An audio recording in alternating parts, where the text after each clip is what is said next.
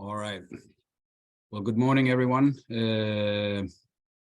Thanks for logging on this morning on the US East Coast, this afternoon in Europe. My name is Niels Holm Nielsen. I'm the practice manager for the Global Facility for Disaster Reduction and Recovery, which is a global unit within the World Bank.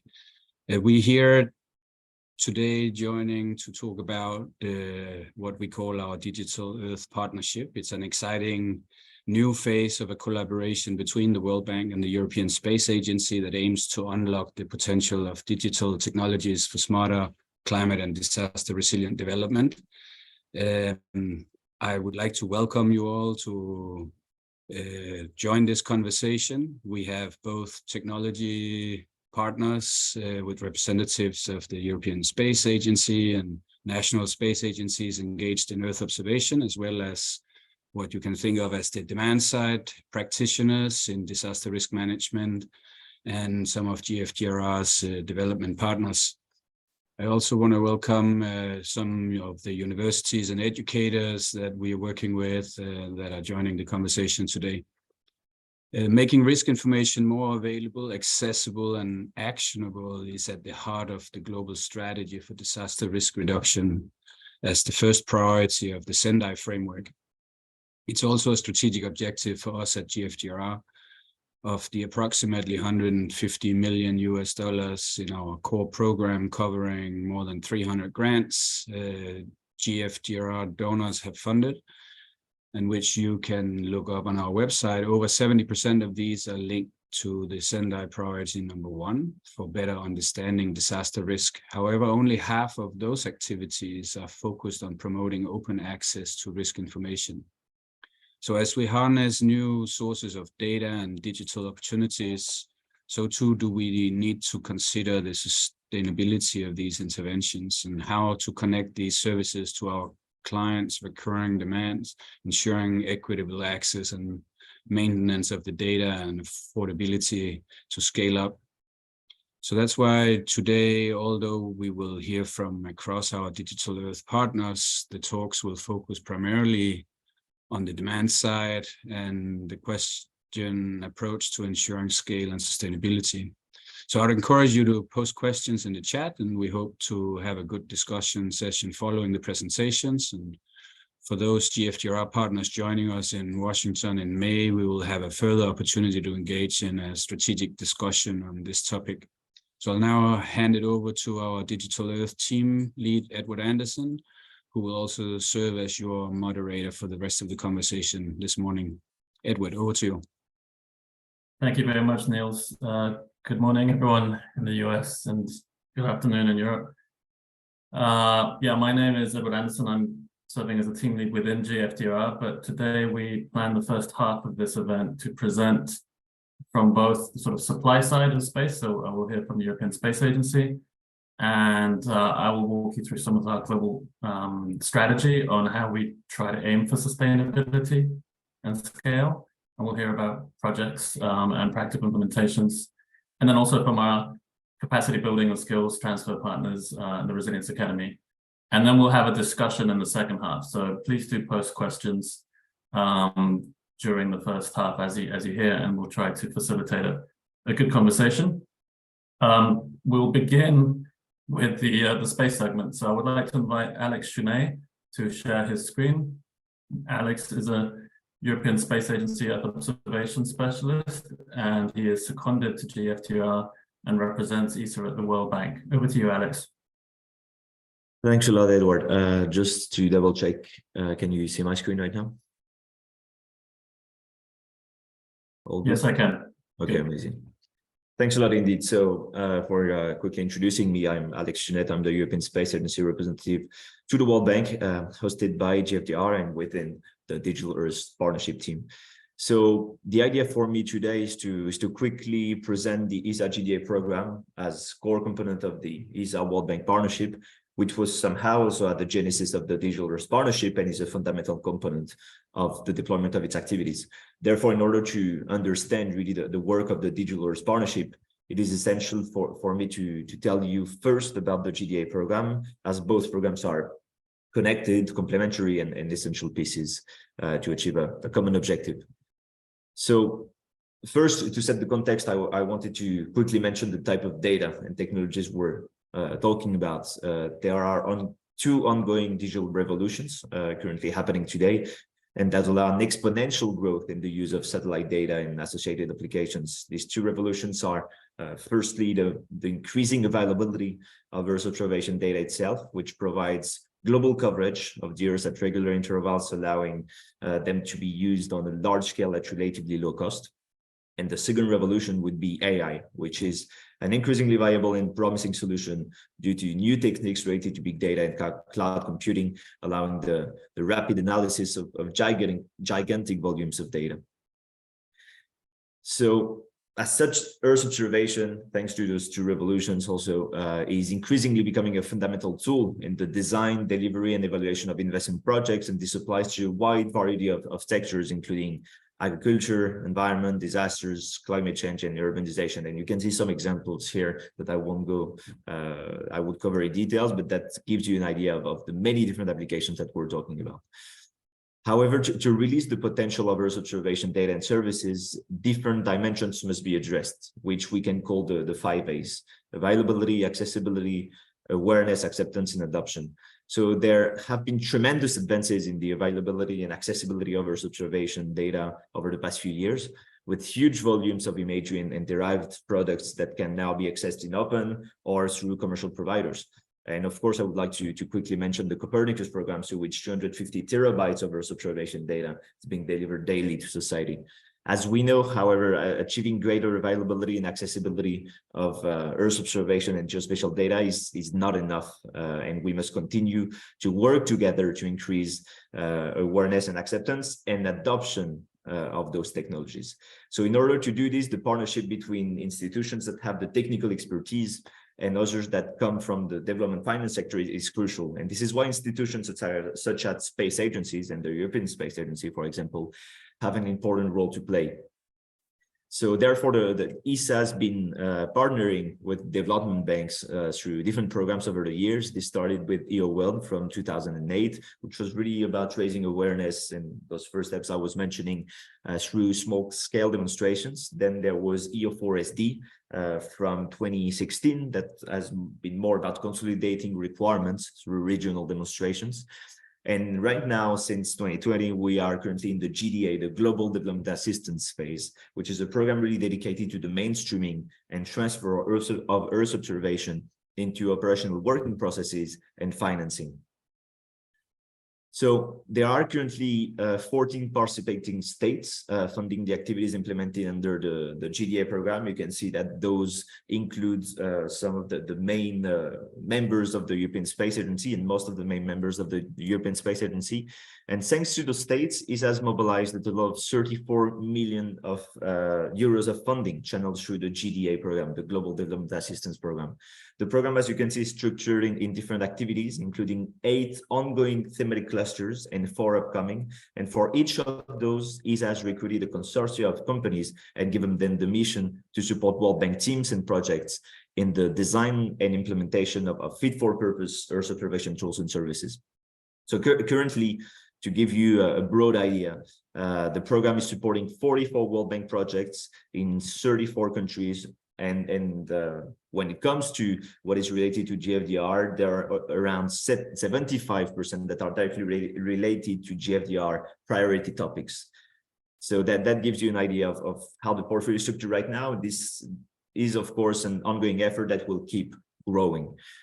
To give you a few examples so that you potentially have a better idea of what we're talking about, I gathered 3 quick examples here. So the first one is one about the support that we're providing to the Ministry of Finance of Morocco through the World Bank Disaster Risk Financing and Insurance Program to produce enhanced exposure mapping at scale, and which will be used by the government to inform its policies in terms of disaster risk finance and insurance schemes. Another example would be the support that is being provided to the global program on nature-based solutions in the integration of Earth observation, and more specifically on the topics of flood mapping and the detection of urban green infrastructure with the aim of informing discussions on the geographical targeting of potential NBS, so nature-based solutions investments across the world. And maybe one last quick example would be the support, the quite cross-cutting support that we're providing, and that we have been providing actually for a while, to the West Africa Coastal Areas Management Program on different dimensions of coastal areas resilience, including shoreline change, waves, power patterns, and sediment transportation, with the aim and the objective really to help client state stakeholders and therefore beneficiary countries in the prioritization of investments and operations. So that gives you a broad idea of the types of topic we're working on. Essentially, the scale of the support provided through the ESA GDA program called for coordination with a dedicated structure, and more specifically the Digital Earth Partnership. And this program acts as a coordination mechanism to ensure the sustainable adoption of Earth observation technologies through technical assistance and the mobilization of complementary resources for capacity building and skills transfer. While the heart of the GDA program focuses on the development of fit-for-purpose Earth observation tools and services, which are then adopted by World Bank and transferred to the beneficiary countries through mobilization of ad hoc capacity building and skills transfer activities. What we really are reaching now and want to move forward to is that the Digital Earth Partnership can be seen as a complementary program that acts like a catalyst for the mainstreaming of those technologies through the consolidation of user requirements, the facilitation of local participation for labeling and training data collection, and with the objective of ensuring a coordinated co-creation approach. So this complementary approach that we're laying out here then actually allows to create a digital feedback loop to ensure the mainstreaming and sustainable adoption of those technologies. And that's really what we're targeting here, right? So as such, the DEP, Digital Earth Partnership, has been providing until now technical assistance thanks to GFDR seed funding. However, in order to fully complement the scale that we have on the GDA activities, that we could consider as a supply side, we are thinking and brainstorming about more scalable modalities and mechanisms that could be explored, such as the distribution of targeted grants. And therefore, the idea here is to improve and increase scalability to answer to all those programs that we're supporting and projects we're supporting on the GDA side, and make sure that we have the complementary side to ensure the sustainability of those engagements and the adoption of Earth observation. So I will stop here. I will have given you a quick snapshot that will lay out a context on the GA program and how it interacts with the DEP, and I will hand over back to Edward. Thanks a lot. Thank you, Alex, for that overview. I will mention that although the ESA GDA began in 2020, there was really an extended period of task requirement collection and then requests for proposals from industry. So it's only now that we're starting to see these consortia mobilize and start to deliver services. And that is why now we are within the World Bank scaling up the Digital Earth Partnership. So I will be your next presenter, and I would like to cover simply the global knowledge part of what we're going to do. So I hope you see my screen.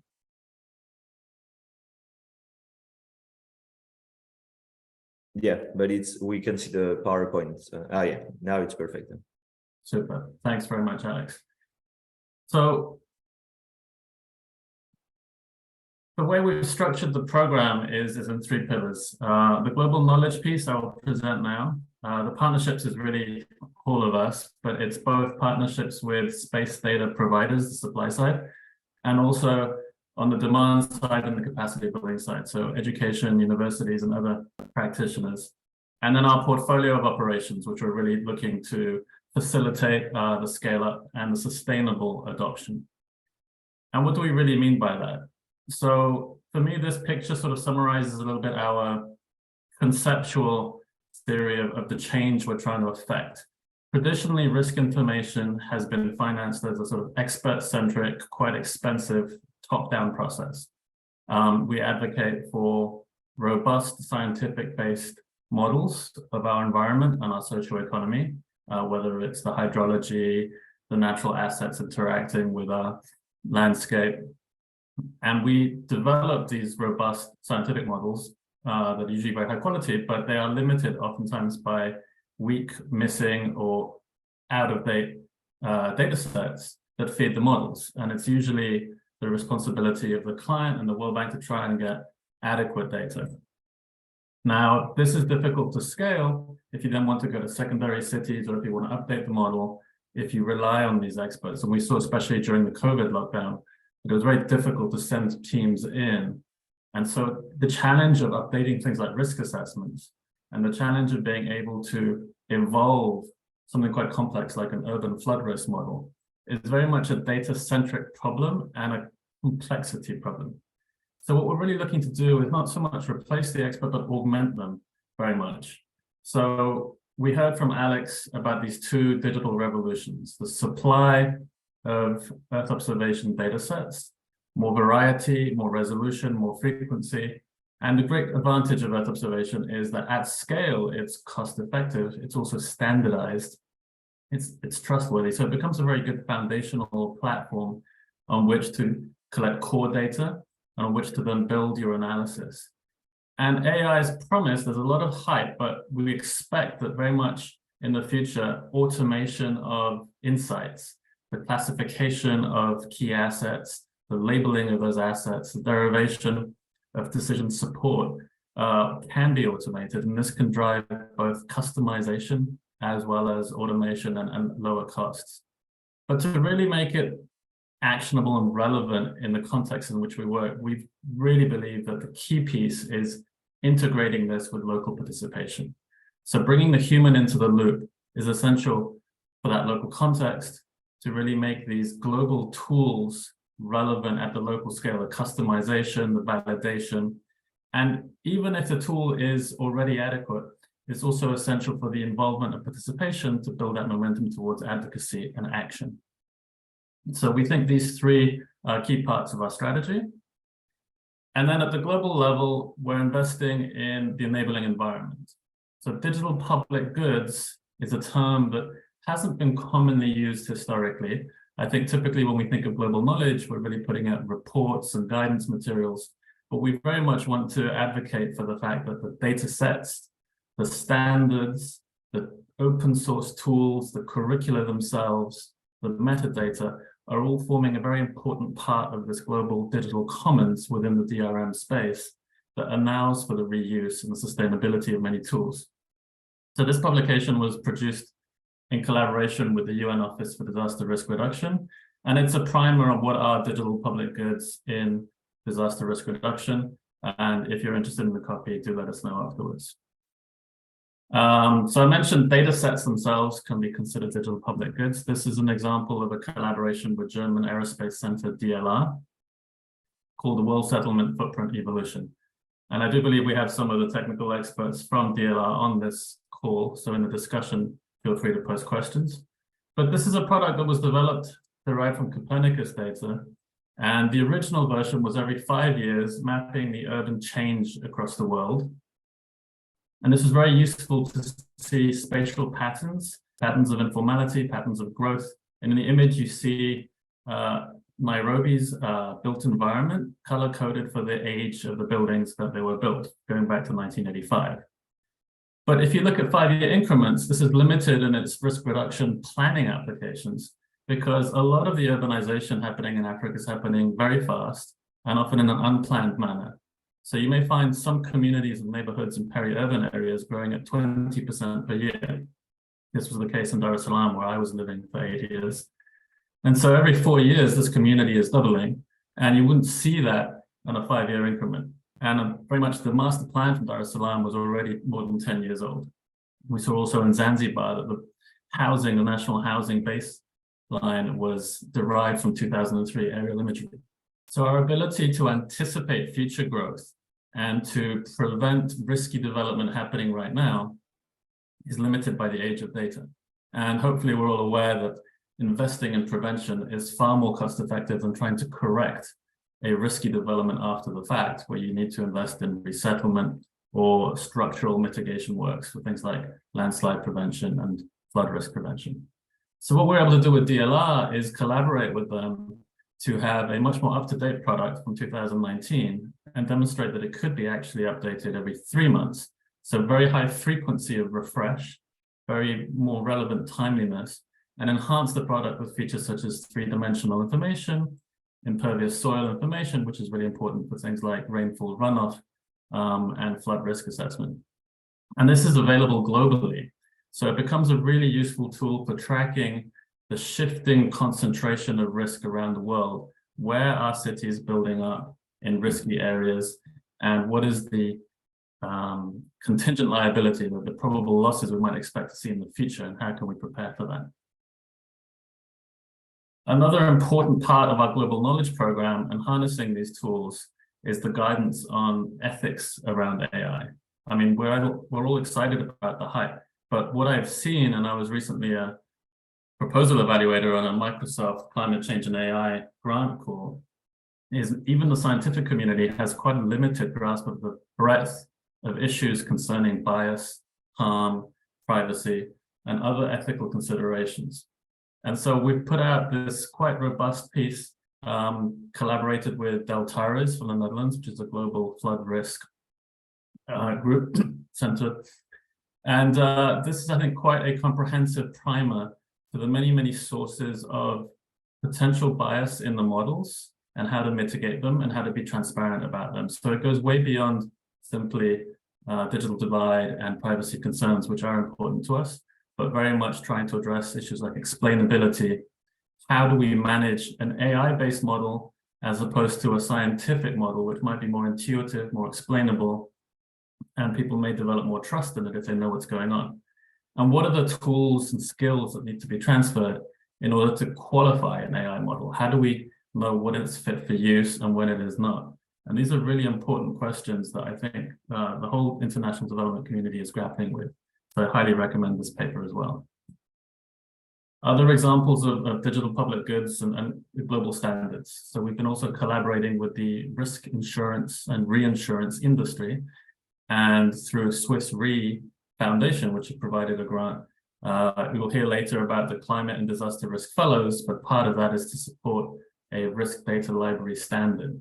So there's an important role for GFDR to play here in setting these standards, in curating demand for data, and in setting the agenda for the skills as well, and working with industry. I'm moving quite quickly through these examples. Another very interesting pilot project that we ran during the COVID pandemic was the use of microtasking to directly engage communities, even during lockdown, to provide us digital information about their environment. This was important to validate, for example, the world settlement footprint, which needed about 1 million ground control points. We were able to show that we could directly capture these from local youth using their phones, using their laptops, being able to walk their own street, and collect features around the informal settlements. But now this is integrated into an informal settlement upgrading project in Kenya. It's a $250 million project across 4 cities, and it's engaging now over 2,000 young people, but citizens in those target communities that are able to provide digital information in exchange for mobile money payments. So analogous to sort of traditional cash for works activities where we might finance the sweeping of the streets or the cleaning of the drains by local participants and community members, so too are the data really important for building training data sets, for validating risk information, for adding a lot of attributes and labels. So hopefully this is a methodology that can be scaled up. And we've been looking at how to ensure this is done equitably and with increasing skilling opportunities, so that taskers who might begin with some entry-level task can learn new skills and graduate to more complex and higher reward activities. And finally, on some of our thematic focus, we have a number of projects now in this year looking at extreme heat or extreme weather events, particularly heat waves. And so there is, again, global guidance on how to integrate heat monitoring and heat wave early warning and some of the impacts of this into a variety of sectors. So this activity at the moment is harnessing citizen science approaches, which lend themselves very well as complements to the space-based observation. From space, not only do we have the meteorological information predicting temperature, humidity, wind, etc., but we can give very detailed information about the heat of structures, the surface temperatures of the ground, of the roof, of buildings, their thermal signature. But that doesn't by itself tell us the indoor temperature. So it's a combination of the meteorological information and the building characteristics, what the roof is made of, how old is it, what the building is made of, what the occupancy rates look like, that will tell you the indoor stress on things like a school, homes, the elderly, and also the urban heat island effect. So this is really important for green solutions, tree cover in urban areas, ventilation, building codes, cooling. One example that we're working with is UK Aid in Tanzania has shown a very clear link between heat stress in schools and the health impacts on children, their learning outcomes. And so they've been trying to evaluate the benefits of a white paint intervention, how many of the 25,000 schools should benefit from painting the roof white. And this lends itself to a satellite and AI model if we can have the kind of community citizen science data to calibrate that model, to collect the indoor air temperatures. We can begin to then predict across all 25,000 schools what the learning outcome reductions will be and what the benefits of painting the roof white may be. And this is something we can integrate into the guidance of things like the Safer Schools program that the World Bank's education and GFDR teams are managing. Finally, hopefully we're all very aware satellite data is not new to the space of damage assessment and monitoring reconstruction and rehabilitation activities. So the role here of the Digital Earth Partnership is to serve as a facilitator. ESA has for a long time now organized something called the International Charter on Space and Major Disasters, which can be activated by charter members. The Digital Earth Partnership is not activating directly, but can facilitate clients and beneficiaries to get in contact with UNOSAT or other agencies that can do that in the event of a major damage assessment and disaster, such as the case in Turkey and Syria. And then lastly, on our digital public goods and global knowledge, we are collaborating also on the skilling, capacity building activities. So we'll hear from Resilience Academy, but I wanted to mention that this for us is part of the strategy to treat the curricula, the data sets, the tools, all as digital goods that can be accessible and reusable for other actors working in this space, and ideally support replication as well as the human capital and network that as much as the data and the tools. So thank you very much for listening to this part. I would now like to invite Nuala Cowan to share her screen. Nuala will walk us through some practical examples of some of the projects we've been working on. Nuala is a geospatial professor at George Washington University, but also a long-time World Bank consultant and involved in some exciting projects. Go ahead, Nuala.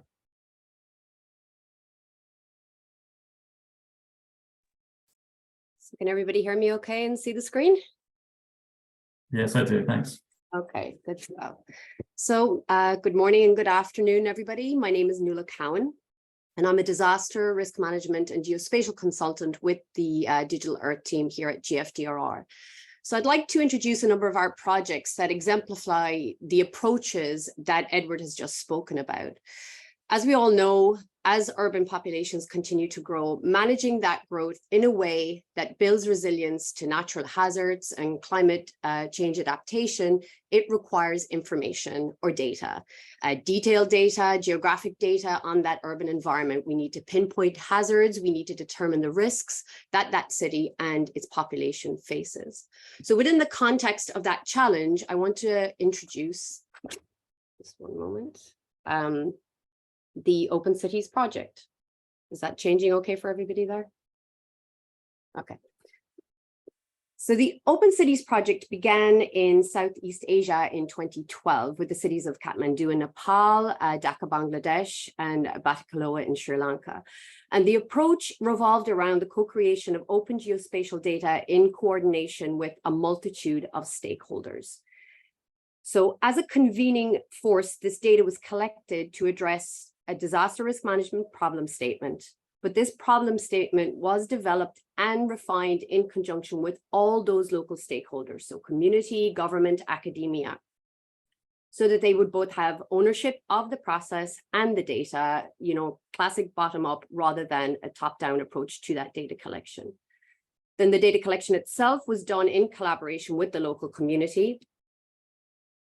In collaboration with the local communities, Ideally, hiring local implementation teams where possible, working with local universities, and in many cases, providing skill building opportunities for local youth. And in fact, that has actually transitioned into the digital public works pilot that Edward just mentioned in the last slideshow.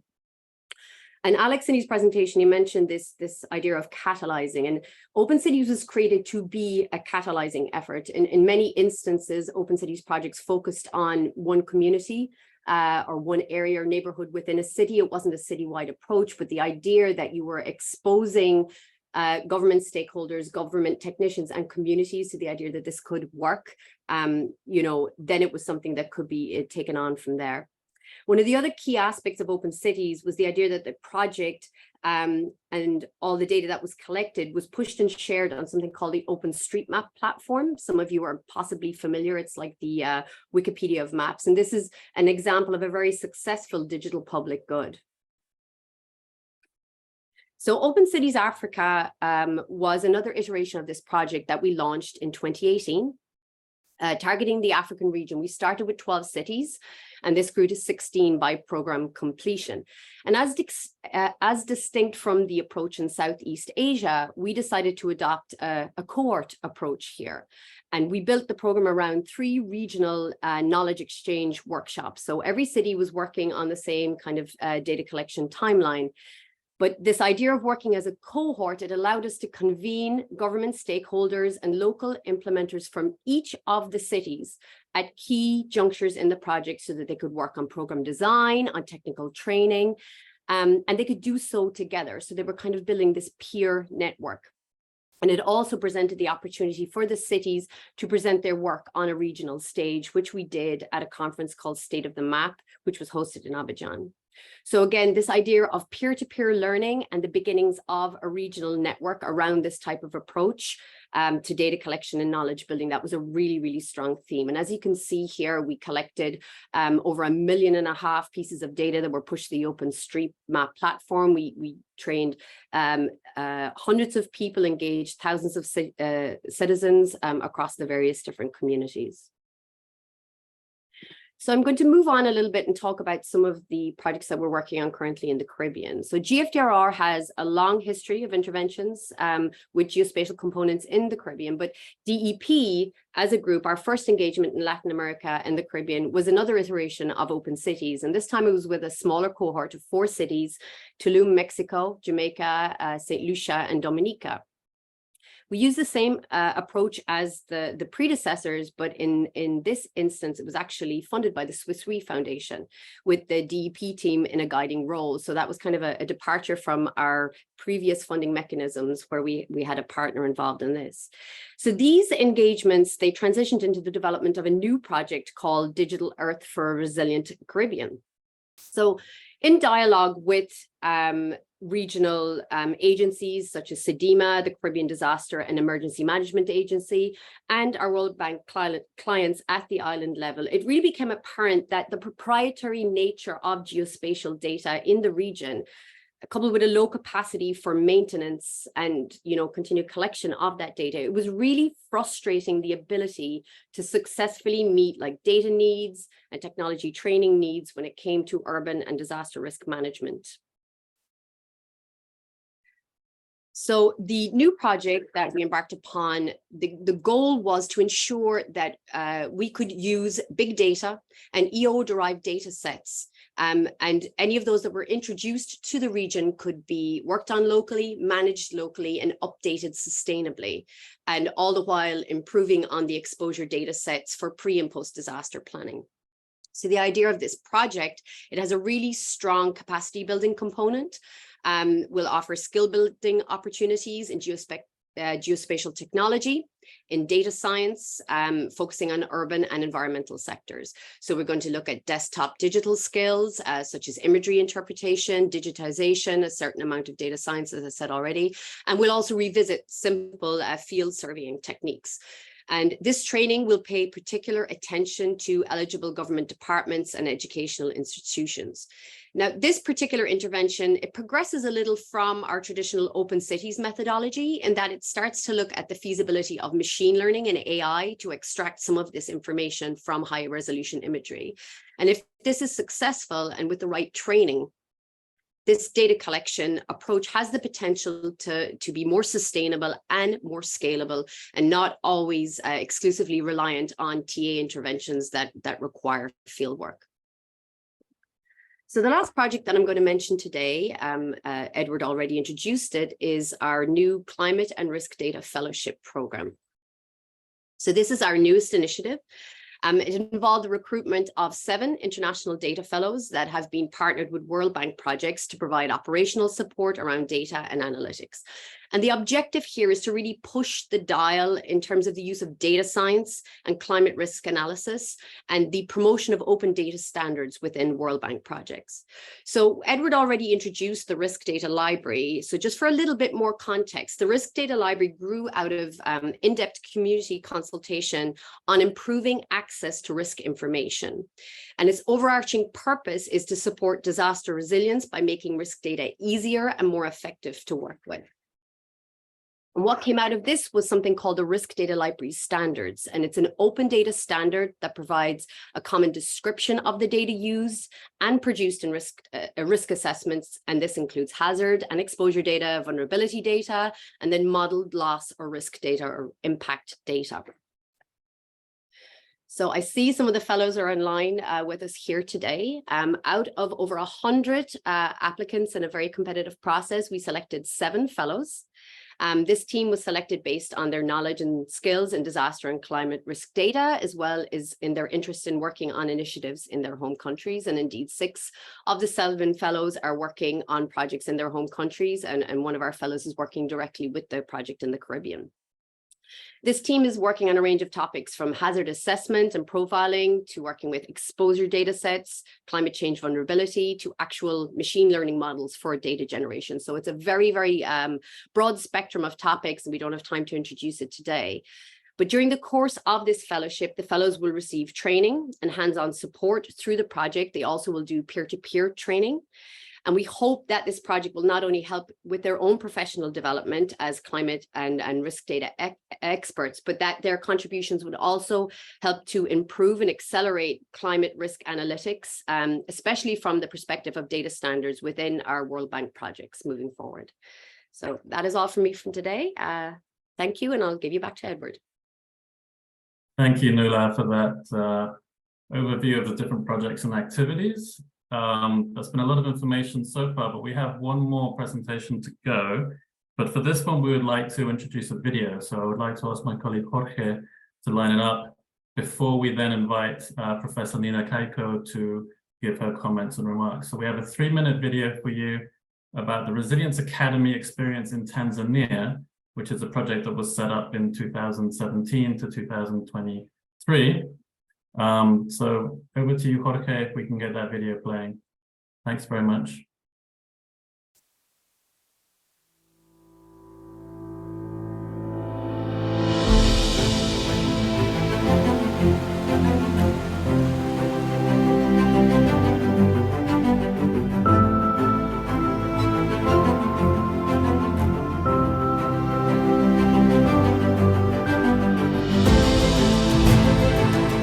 Resilience Academy has an objective of unlocking the Tanzania Urban Resilience Program to the future.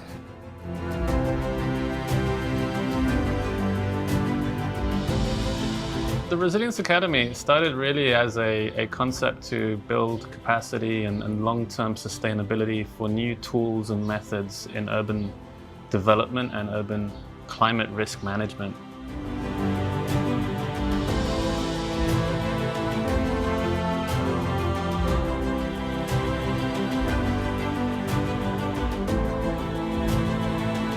This data you give to us will be helpful, especially for the production of maps.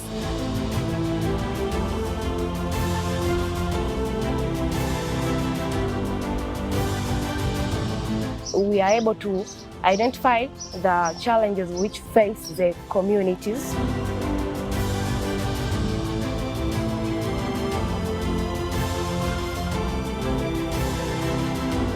So as we're collecting this data, it will enhance or it will bring about knowing how we can further protect what we have, or if not, we can bring more trees.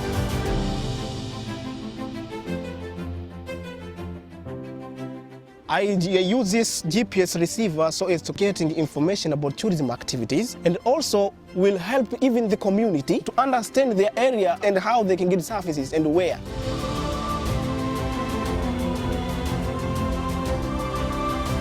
Most of the area which have been affected by the flood have not been mapped.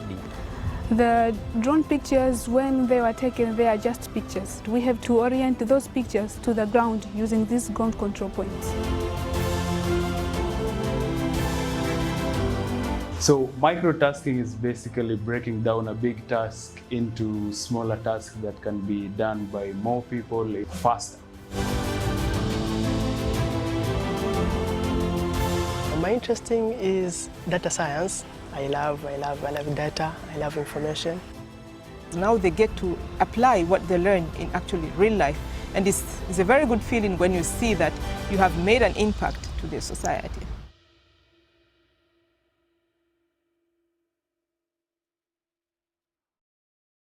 Thank you, Jorge. I hope you were all able to see that video. If for some reason it was not very clear on the labels, you can see it online at resilienceacademy.ac.tz. But that has been the experience of data in Tanzania, and that has been facilitated by Professor Nina Kaliko. So I'd like to invite her now. If she has slides, please do share your screen, to give her remarks on how that experience has been.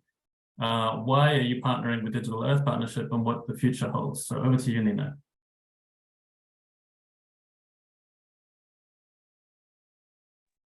Thank you, Edward, and good afternoon from Finland to everyone. Indeed, the video was a bit shady, but I hope you heard, and it spoke for itself to tell a bit about what Resilience Academy has been. We've been working with 4 Tanzanian universities over the last 5 years to institutionalize and make Resilience Academy more sustainable for the future as a supply for needs that we've heard today presented by Alex, Edward, and Nuala. Now, the Resilience Academy works with the idea of using local students, affordable and low cost and easy to use digital technologies. We have had roughly 1,500 students who have been placed in the industry over the last 4 or 5 years, collecting different digital risk data, knowing how to manage data, to assess the quality of the data, and we've organized several innovation events to ensure that the data gets added value and more purpose for the users. Resilience Academy digital service model is basically a kind of a living lab, an ecosystem of partnerships between the universities, industry, government, funders, World Bank programs, and so forth. What we've been working with Resilience Academy is the idea of how the mass placement of students where data is collected could then be turned into digital public goods and integrated into the curricula and programs of the universities. These mass placement programs are truly the heart of the Resilience Academy operative power. Students every year seek for meaningful industrial experiences where they feel that they are learning skills that are needed for their employment in the future. This community-based mapping data collection has been very eye-opening and revolutionary in terms of how students been working in the industry before. And what we have done with this, on top of these industrial placements, is to secure the open access to data sets by establishing a database using GeoNode technology. We currently have around 155 data sets openly available from Tanzania. And students have been learning how to curate the data. So this data service is not maintained by very extreme professionals. The idea is that it's a platform for learning data curation skills, data quality skills, data visualization skills. And it's an opportunity for university teachers as well as students to learn together how to do that. We have then turned those experiences in the field related to risk data collection and analysis into e-learning materials, developed modules, different e-learning materials, particularly related to practical geospatial skills for students and universities to use. And these are currently in full use in 4 universities in Tanzania in different programs and curricula, accessed literally by thousands of students every year. Now, what this ecosystem then means in practice for innovation and research and cooperation is an added value to be able to use the data sets for different problem-solving cases in the society. We have been trying to catalyze this living laboratory together with the industry, NGOs, and innovation actors so that new partners and projects can build on already existing talent of the local people, open data, as well as digital skills. So Resilience Academy is currently led by the 4 local universities in Tanzania. There's a 5-year MOU established for the maintenance. University of Turku, where I come from, is an international long-term institutional partner for this model. And then we have cooperation with several other national and international universities. Now, I will end up just with these slides with a few thoughts and reflections on the experiences that we've had. For me, working over 20 years in the sector of international development with these type of digital technologies and innovations, this has been truly an inspiring road, basically due to many reasons. I think it has shown quite excitedly how education science with an open and partnership-based could turn quickly into tangible impacts in the society. And what the students benefit from this one is greatly because their skills now are relevant for the future digital employment and future digital business that we are going to see happening in many global South cities in the coming years. Because the students work together with the industry, together with the communities, they also learn valuable transformative skills that they don't really get in the basic education system. Making these digital public goods is of course a kind of a key asset for any engagements to follow, and basically the foundation for novel, new, transformative research that we've been all focused on doing for the last years. I think what really makes this model valuable is that when we talk about global assets of digital data, we need to find good and effective ways of localizing these assets in different socioeconomic contexts, different working environments. Working with the local universities, working with the local communities has really brought enriching to global data sets, as we heard the example of the global settlement footprint, that the DLR and the micro-tasking of our students.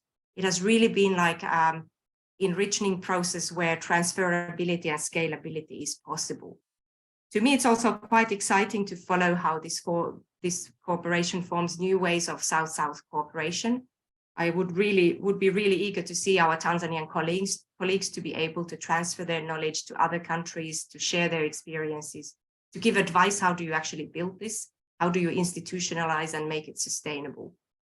For Northern universities, it's an extremely exciting avenue because it makes us to think what actually is the 21st century research in this global crisis that we're living. And I'd like to think that we need to see immediate return of investments from the science and education that we do. And this model certainly has shown how that can be done. I will end here, and I'm happy to answer any questions if there are. Thank you. Thank you very much, Nina, for that overview. We now have time for a questions and answers session. There's been a lot of different pieces of information presented, so allow me to summarize and perhaps post some leading questions for our presenters. We've just heard about the Resilience Academy's experience to date in Tanzania, and hopefully what you see is not just the narrow focus on Earth observation tools, but rather the broader skills and tools that we've seen become necessary in order to maintain and sustain risk information locally. So emphasis on local people, lower cost, lower complexity methods. But very much wasn't clear also building off new generation geospatial. So one of the core modules is leveraging Earth observation for climate risk management, and then complementing that with in situ data sets with data science skills, and pairing those skills with real world problems. So that ability to learn on mass placements, I think is really exciting. We've also seen many other parts of Africa may not have had a Resilience Academy program, but through the Open Cities or through the fellows, have communities engaging in data science locally that are potentially ripe for scale up. So where the Digital Earth Partnership sits today is it's really building up its components, its partnerships, and the design for the future. So part of the character of this discussion is also to hear from practitioners which needs resonate, from potential partnership opportunities, who has things to contribute in kind as data, as models, as skills and training, which programs that we can partner with. And from development partners and donors, what priorities and modalities do you see? For context, what was presented is the ESA GDA supply side so far has 44 projects within the World Bank portfolio, and intends to spend across both World Bank and Asian Development Bank portfolios about 35 million euros over 5 years. On the Digital Earth side, we're just ramping up now, so we've mobilized about 2 million so far in this first year. The ambition is to begin to match activities on the Earth observation with the skills, the capacity, the global knowledge and public goods, and facilitation of those projects, ideally at a level of a roughly 2 to 1, so about 40 million from the World Bank, but a majority of that will be in-kind resources that are better aligned, better curated, and mobilized from existing activities in geo and climate risk management. But we do anticipate that we'll need to mobilize new resources to have that facilitation. There is a sort of custom governance mechanism to be able to partner not only ongoing activities with European space agencies, but we hope to invite many other space agencies and technical institutes that are providers of technology and data. So creating that cooperation and coordination mechanism is something we have yet to do and are looking for feedback on how to do that. And in the long term as well, monitoring feedback from the portfolio. This year will be the first year that we begin to get results. And so we'll be putting out an annual report on those requirements and experiences. Thank you all for your attention. Please do post any questions you have in the chat and we'll try to address them. Or if it's a burning question, do raise your hand. But I would like to ask a sort of leading question to our presenters, perhaps going backwards. So starting with Nina, what do you see as the priority for the partnership? And what would you find important in what your other potential partners are doing? Why have you chosen to work with JFDR or with ESA? And what would you like to see in the next 2 to 3 years emerge? So what's the value proposition of this partnership for you, Nina? Please go ahead. Yeah, thank you, Edward. Well, I mean, as I said in my presentation as well, that I have a long history working with development issues and trying to accelerate the potential of geospatial data and technology and the skills, but it's nearly impossible to be done unless the supply of the skilled people can meet the demand. And the challenge with the demand currently in the global south and southeast is that we don't yet have mature ecosystems where these supplies are needed. And I don't think it can be done in any other way than co-creating the market. And that co-creation does not happen by order, it happens by practical hands-on things that one does in partnership with multiple stakeholders. But it needs drivers, somebody needs to be on the driver's seat.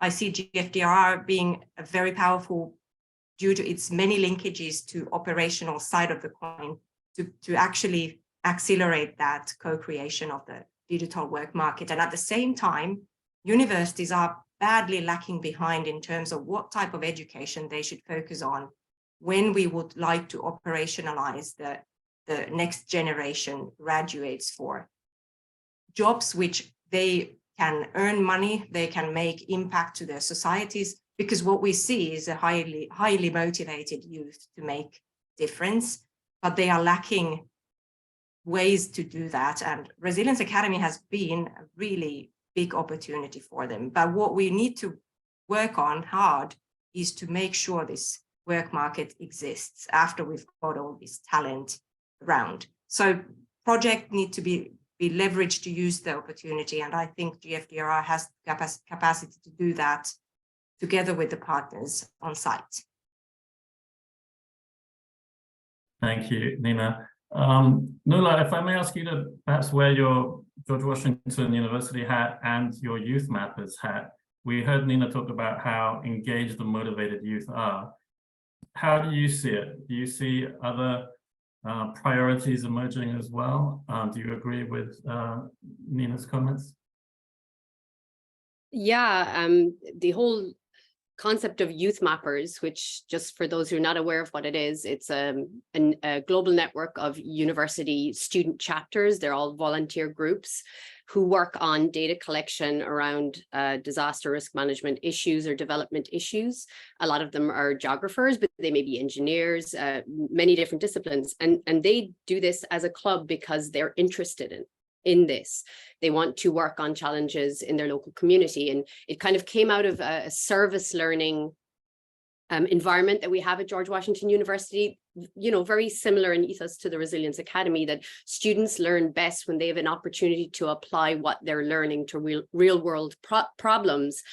And they get even more enthusiastic when that's in their backyard, because they can see real changes within their local community, or they can identify a problem that they grew up with, that they could say, okay, now I can meaningfully contribute to this. So we already have really strong networks out there, formalized and even a little bit less formal in terms of youth mappers, that they're kind of waiting to pounce on some of these things. And as Nina said, making those opportunities and kind of, you know, maybe kind of scripting how they could be part of this. Because again, I think when you're young, even though you're enthusiastic, there is, you don't want to overstep the mark in terms of what you may possibly do or be involved or can be involved in. So I think these groups need to make introductions to the right people so they can be a meaningful part of addressing that. Thanks very much, Nuala. And finally, Alex, we've been talking a lot about the sustainability coming from sort of long-term ecosystem building, engaging the next generation. But ESA has also been directly supporting 44 projects, of which at least 30 are part of sort of the GFDR portfolio.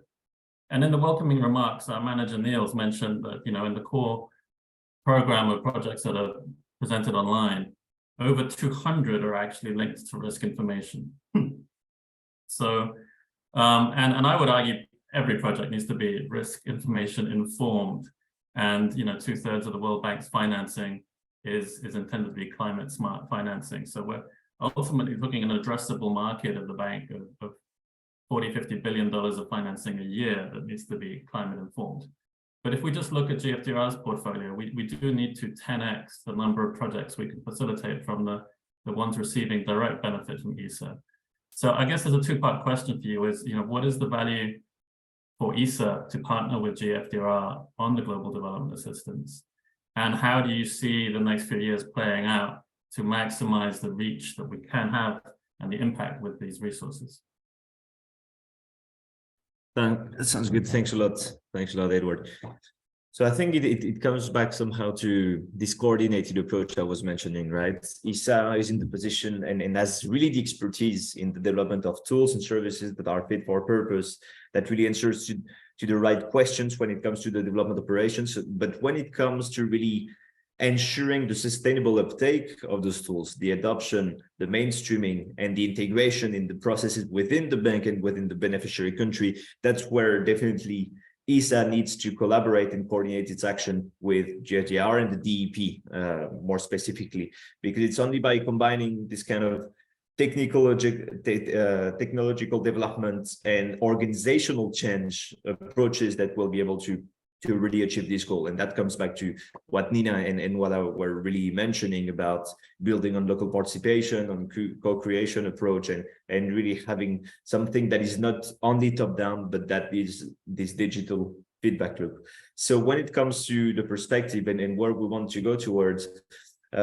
as we have started the GDA program in 2020, there are activities that are reaching maturity, and there will be an increasing number of activities and projects that we're supporting that are reaching maturity in terms of the product or the service that is being developed and that is now mature and ready to be used. And therefore, there will be an increasing demand to have this complementary approach and this coordinated approach with the DEP, which will call for an alignment of activities, alignment of resources on the World Bank side, to ensure that every one of those projects that we mentioned, of the 44, but there will be an increasing number in just a few months, has the opportunity and the capacity really to make those tools, to ensure that those tools are sustainably integrated and that they have the impact that we want them to have, and really to be fully embedded and integrated in the World Bank and in the operation itself.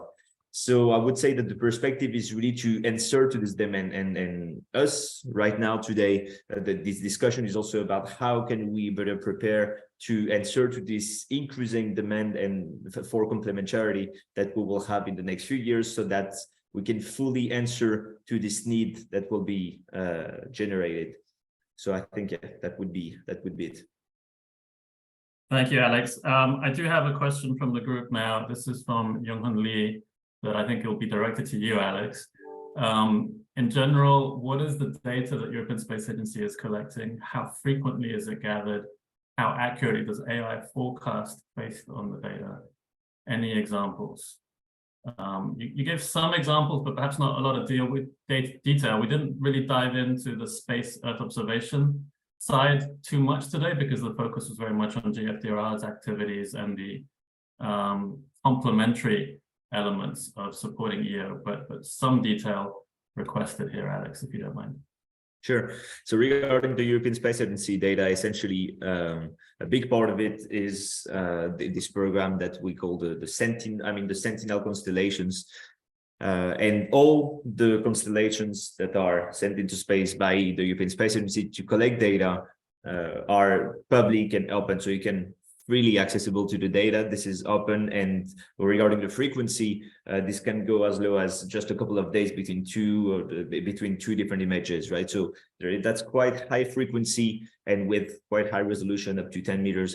So the data is out there, can be used, it's free, and now of course it's about how do we use this data, because this data needs some processing, and then we can use artificial intelligence to try to predict some variable, predict some indicators, better understand vegetation density, better understand urban expansion, better understand water pollution, water quality. So there is many different applications, which I was mentioning at the beginning of the presentation, and the relevance of AI and how AI can be used will depend on in the exact topic. That's going to be very much a case-by-case basis, right?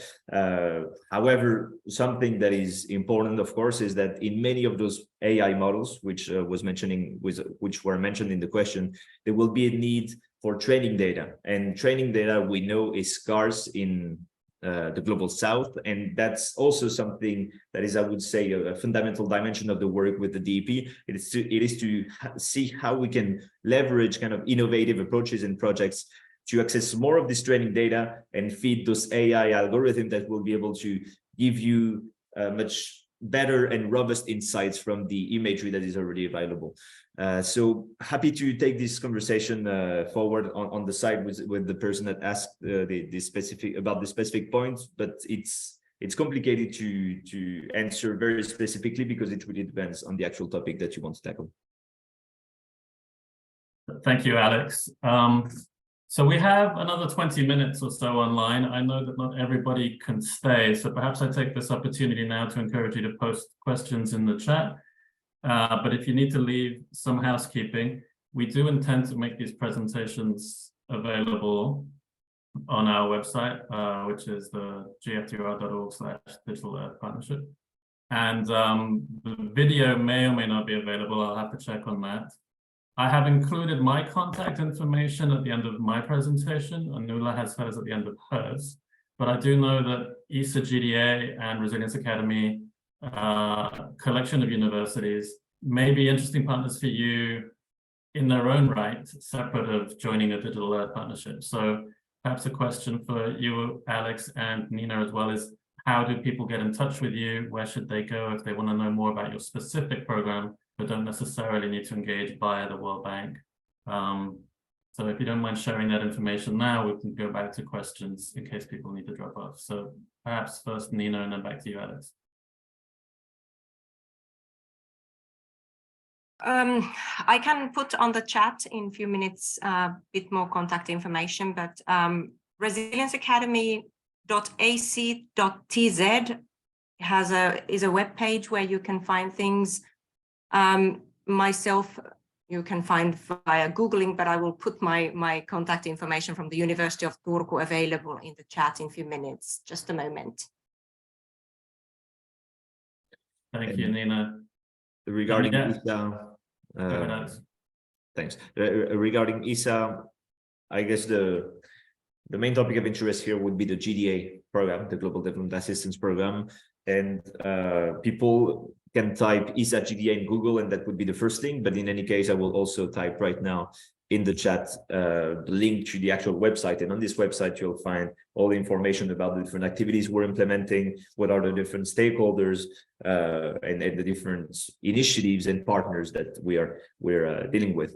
Of course, do not hesitate to contact me. You can contact me at my ESA address or my World Bank address too, and I've put both of them in the chat.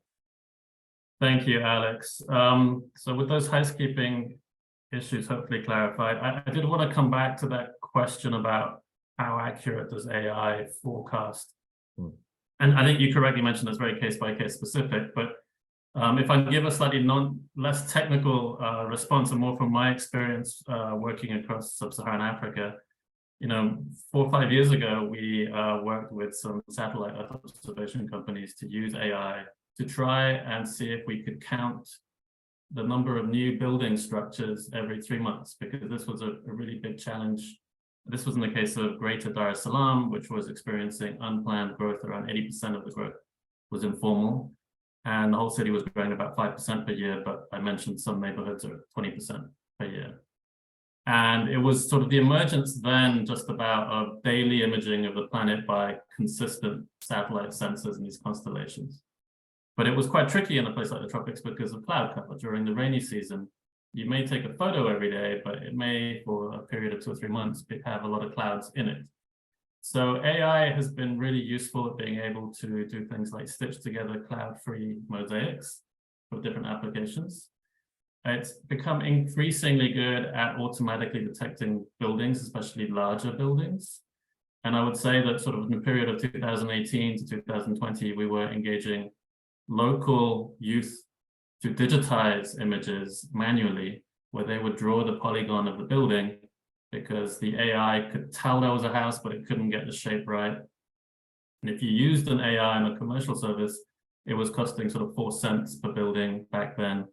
And local youth were able to do it for 2 cents a building. And I think at some point in 2021, I was told that really the off-the-shelf AI tools for classifying and demarcating the roof of a building have dropped to 1 cent per building. And in Dar es Salaam, there's 1 million buildings for context. So if you wanted to have a monthly update of where the buildings are, which is really useful for tracking, risky development, uncontrolled development, incursions into nature reserves, into floodplains, it gives you some idea of how much that might cost as a service.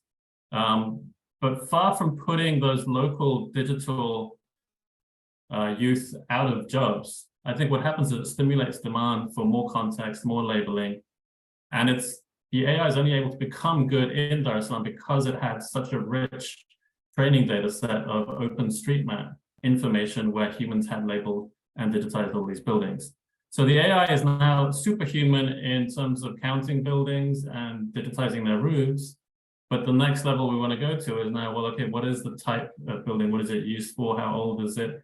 How what is it made of, which is important for seismic resistance, for urban cooling. So the example I gave of schools, if we want to see, is a school going to be affected by heat stress? Will the kids' learning outcomes be impaired? We need to know what the urban heat island effect is around that school, but we also need to know what the building material is, what the roof material is, what the condition or reflectivity of the roof is, and what the occupancy is, how many kids are in the classroom during school. And this is all local data for which local people will always, I think, have a comparative advantage to collect and utilize. And that's why context matters so much.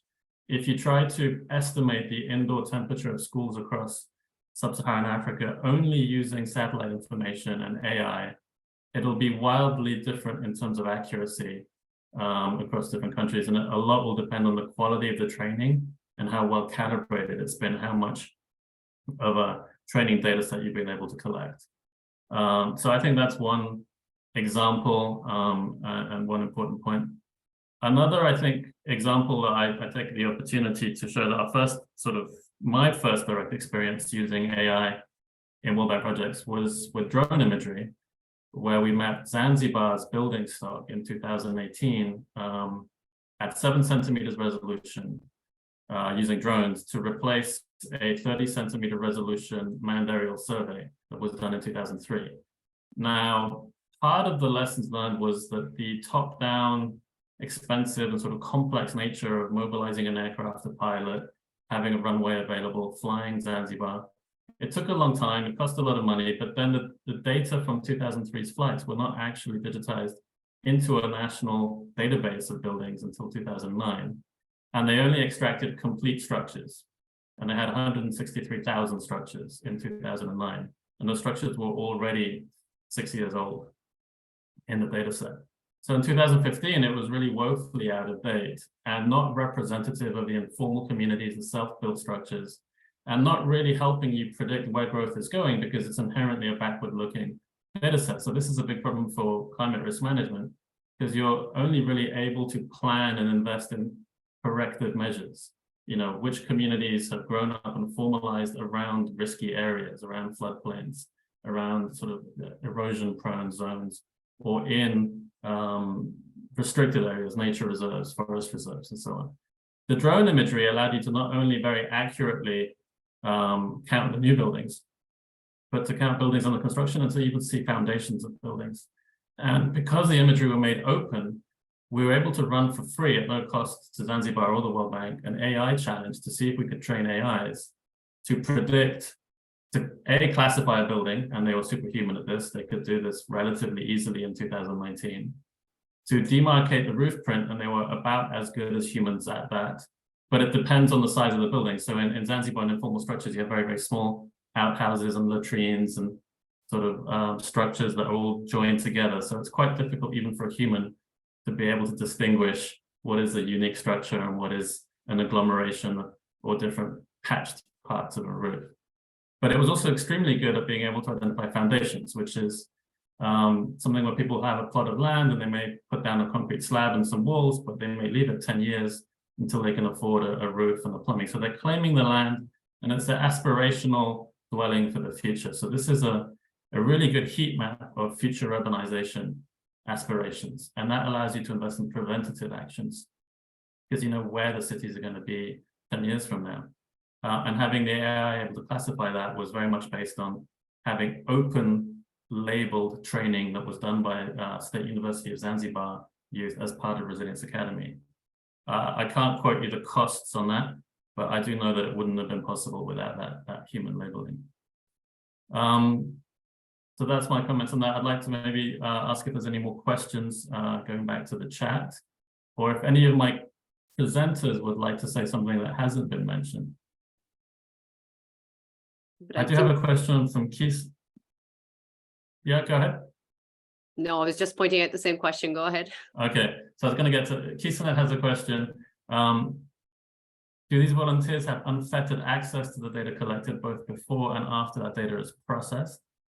I'm going to suspect that the answer is it depends on context, but I would like to maybe pass that first to Nula regarding Open Cities, Digital Earth, Caribbean, and then perhaps Nina as well. Over to you, Nula. Yeah, that's a very big, it depends. I think it depends on the nature of the data. It depends on the nature of the data collector. In most instances, like I spoke of youth mappers, they're volunteer student groups that decide what they collect themselves, and when they collect it, we just provide kind of support for them. In terms of the World Bank projects that we spoke about, most of these folks are paid. It's usually kind of micropayments for a small amount of work, or in the case of the Resilience Academy with Nina, it's part of a program of study. So I wouldn't necessarily call most of them volunteers.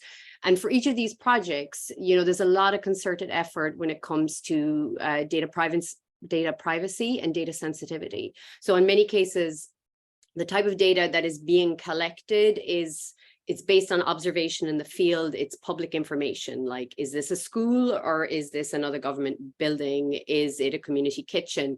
What condition is the building in? In the case of some of the work in the Resilience Academy, students measured drains, or they looked at conditions of drains or whether they were blocked with trash. So this type of information, yes, the students will have access to the data that they collected, and then they will upload that to the main data set. But in the grand scheme of things, it's not the type of information that in and of itself would be overly sensitive. In terms of post-processing, I haven't any examples of where that was a particular issue, but the projects that I would have worked on, again, would have been to do with tree canopy and things like that. We do have a really strong philosophy of open data within our group. So in many instances, the data models, the information that we're creating, we want that information to be made open. But again, it has to be appropriate. So on a case-by-case basis, we will work with the city stakeholders, with the World Bank teams, and we would determine what data will be collected, who will collect what, where that data will reside. So yeah, it really does depend. So I know Edward and Nina can add much more to that. Briefly, Nina, before you jump in, I mean, I would add that it is our informal policy to be open by default if receiving a GFDR grant. So where we are supporting financially, we can sort of be a bit more strict with our terms and conditions, but it is not 100% required. So we can support proprietary systems and approaches where that makes sense. And what you saw from the stats in the GFDR portfolio, historically, there was a big push, going back 10 years ago by GFDR to simply introduce high quality risk information. And this was often done by engineering firms and experts presenting a sort of state-of-the-art model. And end users would receive a sort of a PDF that had pictures of the data. And really what they were getting was the guidance, the assessment results, the evaluations. But their ability to go in and manipulate the data, update it, query it, was limited. And as we've been sort of progressing, we've been really trying to make it good practice that all of these intermediate digital inputs to those reports should be assets that are transferred to the stakeholders, including beyond just the end government user. And the skills to manage those assets need to also be developed. And I think that's a big part of our strategy, is to say a sustainable and scalable solution is not just the provision of EO data from the global north to the global south, but really it's this digital feedback loop where intermediate stages of this production chain are transferred and skills and an environment or an ecosystem around them are developed. And open by default is our principle in that regard. But Nina, the same question to you. How does it work with Resilience Academy?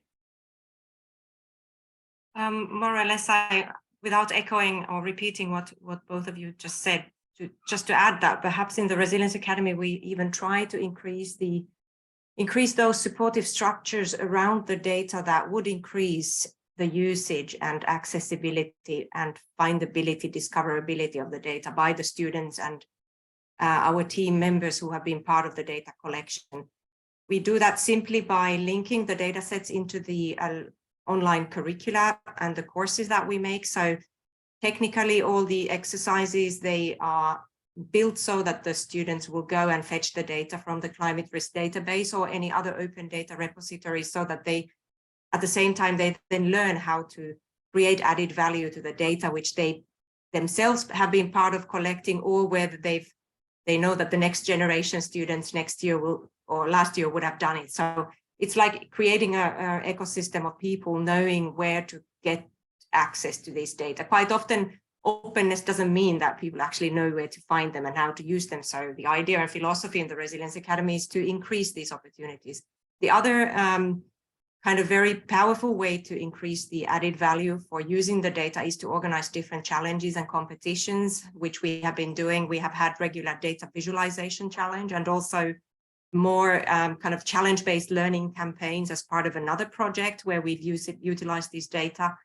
And there we really see the nice acceleration that people not only use single data, but they combine the data, they come up with innovative ideas, how to use the data, how to analyze them together. So openness is by default indeed part of it, but it's not only openness in a technical sense, but it's also openness in terms of the way the ecosystem is working. So how do you create a working culture, a new social and cultural capital of the young generation built on digital tools, digital data? And I think this is really the important element which we see when open data initiatives are institutionalized, because then it's no longer just the technical procedure of data collection, but it's actually the whole value chain that comes from doing it together and learning and basically creating added value from the data. Thank you, Nina. I will need to wrap up soon. So I think the last part of that question for Alex, if I may, would be that if you're not one of these 44 beneficiary projects of the GDA right now, you know, how do people benefit from ESA GDA data or Copernicus in general? Is it open? Is it free? Where should they go? This is your opportunity to plug ESA datasets, Alex. Sure.